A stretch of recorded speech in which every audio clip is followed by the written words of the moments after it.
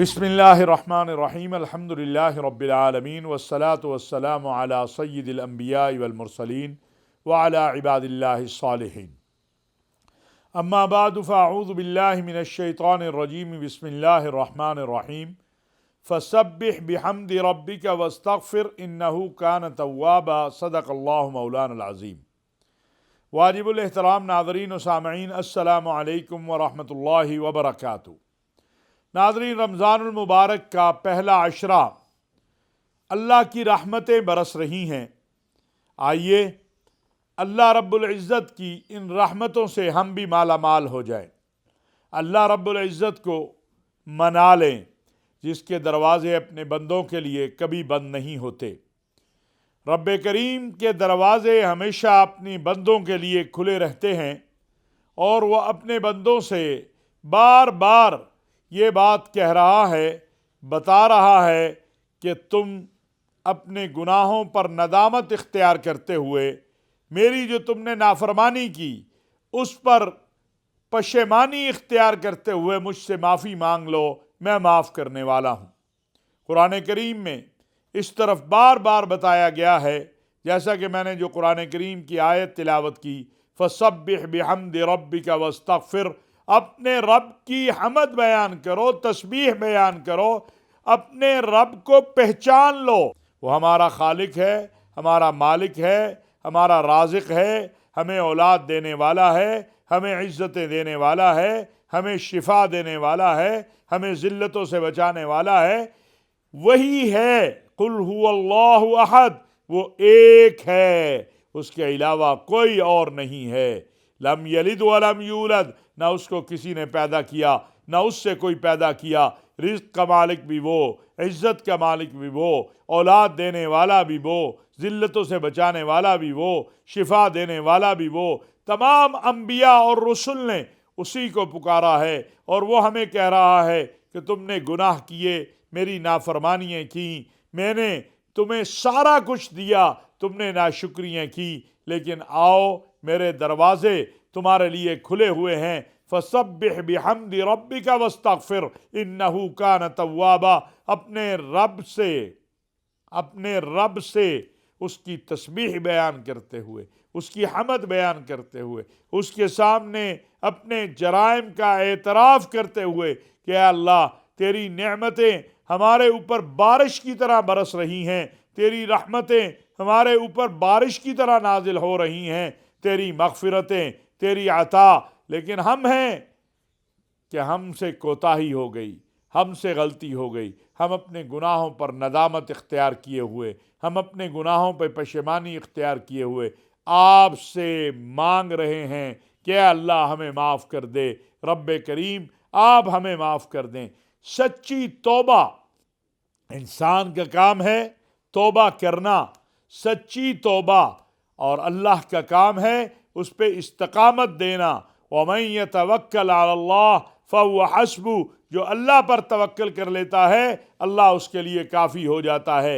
हमें अल्लाह पर तवक्कल करनी है, हमें अल्लाह को राज़ी करना है, हमें अल्लाह के सामने झुक जाना है।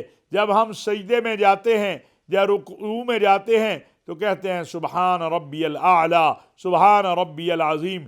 एतराफ़ करते हैं, मानते हैं कि वही एक हमारा रब जो है वो सबसे ज़्यादा ताकत वाला है, सबसे ज़्यादा अज़मत वाला है, सबसे ज़्यादा इज़्ज़त वाला है। वही जिसको इज़्ज़त देगा वही इज़्ज़त वाला कहलाएगा, वही जिसको अज़मत देगा वही अज़मत वाला कहलाएगा। और उसी के इख्तियार में है हमारे गुनाहों पर जो हमने नदामत इख्तियार की है, हमें माफ़ करना।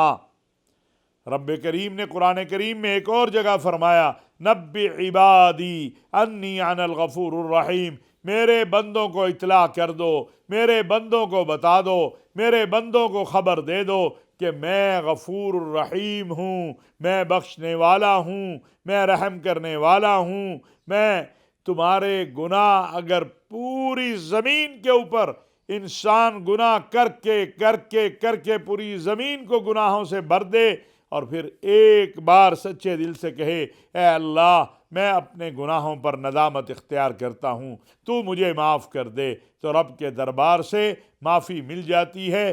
توبہ جو ہے یاد رکھیے، جو جیسے میں نے شروع میں عرض کیا، فسبح بحمد ربک واستغفر انہ کان توابا۔